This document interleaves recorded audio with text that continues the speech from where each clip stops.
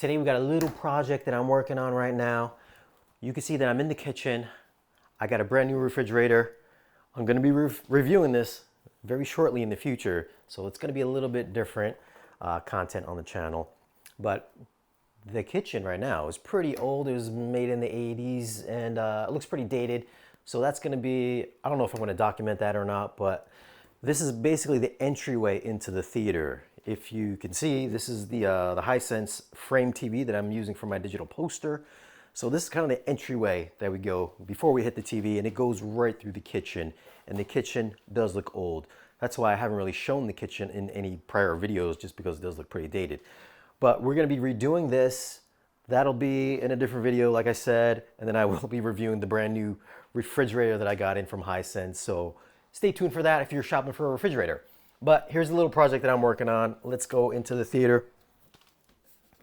So we can see that I got a bunch of screen samples down here from various different brands and vendors.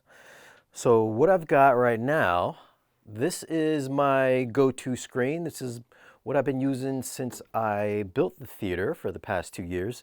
This is a 150-inch Screen Innovations Maestro 2. It's got a gain of 1.1, so it's a very bright screen. It's a weave screen, so it does have a weave texture to it. There are no perforations. Perforations are little dots that will allow sound to travel through it. So if you want to put your speakers behind it, a perforated screen will do that. But since this is a weave screen, it's kind of like a weaved fabric, almost like a speaker grill material, just a little bit more denser, a little bit more firmer feeling. And this is one of the best screens that I've had. But as far as for gain, like I said, it's a 1.1, so meaning it's got a slight reflective surface on it, so it's supposed to give you a little bit more light output rather than let's say a 1.0 gain. So if you're shining your projector to it, the amount of light that you're shooting at the screen will be the same amount coming back at you if you have a 1.0 screen. So it's a 1-to-1 bounce. So if you have a 1.1 gain, you get a little bit more of a bounce to it because it is a positive gain, hence the 1.1. If it was like a 1.2, 1.3, 1.4, obviously the higher the number, the more reflective the surface is going to be and the more light that's going to bounce back to you. The only bad thing about having a positive gain is that positive gain screens tend to hotspot. So if you are off angle and you're not directly in the center of the screen, you can see like the center of the screen or wherever you're sitting visually right in front of you, you can get a hot spot there, meaning it'll look like a spotlight almost. And then the outer edges will be darker, almost like it's brighter in the middle, and then it'll be like slightly darker, like a shade almost around the outer perimeter. So hot spotting is bad. 1.0 is good. That's basically what I've been using for the past, I don't know, decade now that I've been on the channel. So one of the best screens that I've used, which I've owned, is going to be this guy here. This is a kind of the industry standard. This is a Stewart Screen Studiotek 100. I believe I did a review on this a few years back. So right now, I'm showing the menu from the Zidu media player. This is a Zidu HD1000, I think. So the Screen Innovations is rated for 1.1, but the Stewart is rated for 1.0.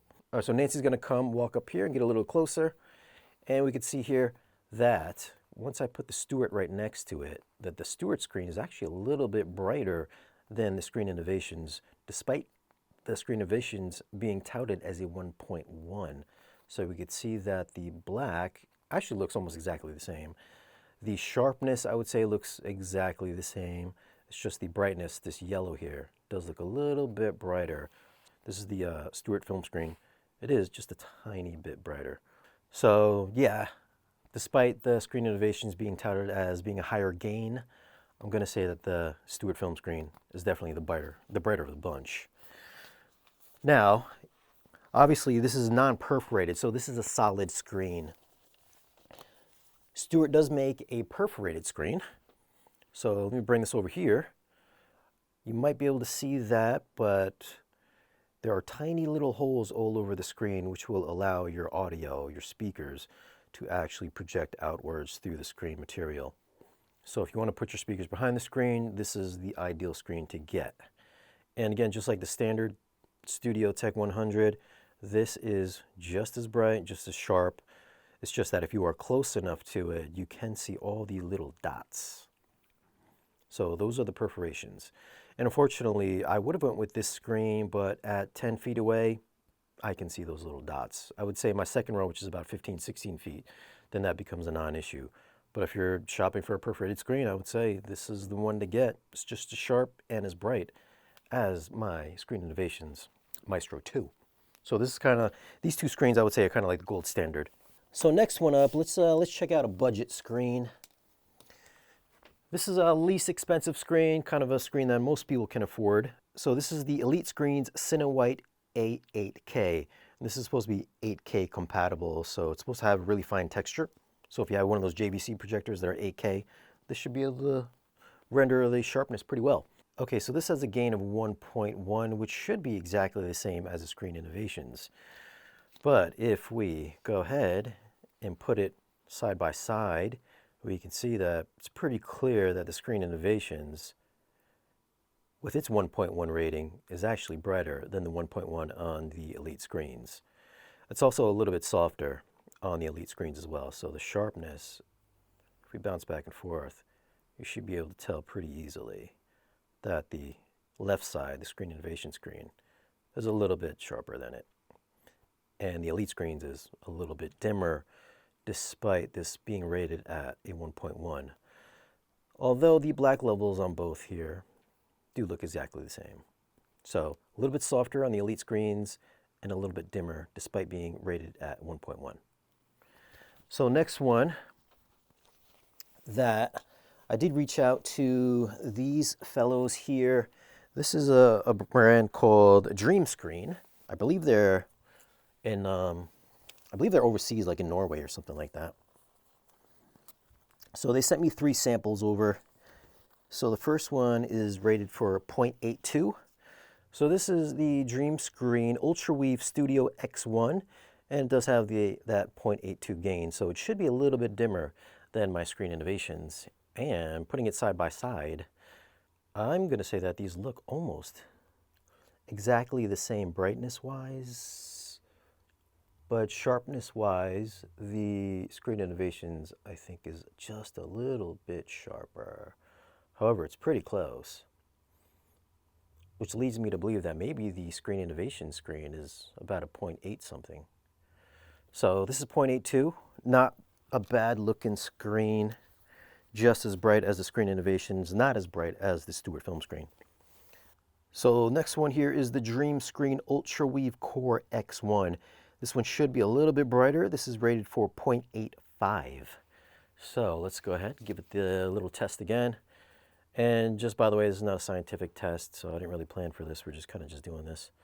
But brightness-wise, I would say, again, about the same brightness. Yeah, it's about the same brightness. Black levels look the same. Sharpness does take a slight hit. I'm going to say the Screen Innovation is a little bit sharper. But all in all, it looks very similar to the last sample that they sent over. This was their Core X1 material. And by the way, all the materials here, these have the black backing already attached to it for the Dream Screen. The other one here, the Elite Screens also has a black backing on it as well. So for my Screen Innovation screen, there's actually a black material that you hang behind it. And the black material makes it so that as the light is shining, it doesn't bounce through the screen and reflect off of your speakers. So you kind of want to have that. So this next one here is the UltraWeave V7, and this has a 0.90 gain. So this one should be actually a little bit brighter than the last one. And again, this is a weave material. Unlike the last 2 Dream Screen samples, this one has a detachable. This one has it's a thicker backing. I don't know what this does, but the black is already attached to the back, and then there's this felt material. So I'm not sure if that is supposed to aid in keeping light leakage, but it is noticeably a lot thicker than every single one of these screen materials that I've tried so far. So here, 0.90, I'm going to say this might be a little bit brighter than the Screen Innovations, but Not quite as sharp as the Screen Innovations. Pretty close. I don't know, let's say if the Screen Innovations was a 100, then I would rate this Dream Screen sharpness-wise probably about a 90, maybe like a 95. So it's pretty close. So really good contenders if you want to get, like these are kind of higher end screens. I think these are pretty pricey. I didn't ask them how much for the screen that I wanted, but these are kind of on the higher end, whereas the Elite screens is a bit more inexpensive. And then next up, we do have another set of inexpensive screens. This is from a brand called Screen Pro. First one we're going to check out is their new material that they sent over. These are, well, this is for DLP projectors. So this is supposed to aid in reducing or eliminating speckle, which I've always had matte screens 1.0, 1.1 or below. The last Stewart screen I had was a 0.6. So that didn't have any problems with DLP speckle. Neither does the Screen Innovations. So this material here is, let me see, specs on this is their 3W material. This has a gain of, actually it doesn't even give me a rating for their gain. If I find out what the gain is, then I'll put it up on screen. But this is a slightly grayish screen, almost like almost kind of like an ALR type of grayish material. However, this is a weave texture though. And as you can see, this is probably, it's noticeably dimmer. This might be about a 0.6, 0.7 probably in gain. But if you haven't noticed so far, there's been no speckle on any of these screens. The black levels are definitely a little bit better than my Screen Innovations because it does have a negative gain. But if you're going to go up to a larger screen size, then this is probably not the screen that you're going to want to go with because it's just a dim screen. And I am using this with the XGIMI Titan Noir Max. I've got the laser maxed out. It's on 10, so this is as bright as it's going to get. And yeah, I wouldn't go with this because it's just too dim for my liking. However, different use case scenarios for different setups. Maybe if you have a real tendency to notice speckle, then this might work well for you. The other sample here, they did send me a perforated material, and this has a gain of, again, no rating on it, but I'm positive that this is a positive gain because this does have a silver sheen to it. And as you can see here, this is noticeably brighter, but you might be able to see it, might not be able to see it, but you can definitely see some speckle on this because this does have a positive gain. So it does have some reflective material properties embedded in the screen. And you can also see the perforated material, those little dots in the screen. So the speckle is that shimmer. So not the material I would use with the XGIMI or any DLP projector because you're going to see some speckle with this. And then the last sample that I have here is from them as well, from Screen Pro. This is their TW material. This will go up to 230 inches. And here, this, I'm going to say that this is almost identical brightness, maybe a little bit brighter, maybe like a 0.1% brighter than my Screen Innovations.